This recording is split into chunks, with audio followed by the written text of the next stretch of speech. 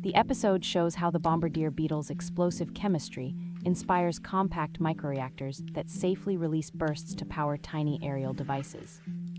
Engineers study this adaptation to design controlled on-demand propulsion systems that stay cool and light for microdrones.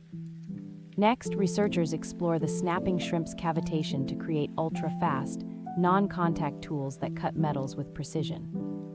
These bio-inspired tools promise safer, greener manufacturing and new medical applications in clinics and labs worldwide. By linking nature's ingenious solutions to cutting-edge research, the Biomimetic Innovation Lab demonstrates science as a bridge to society.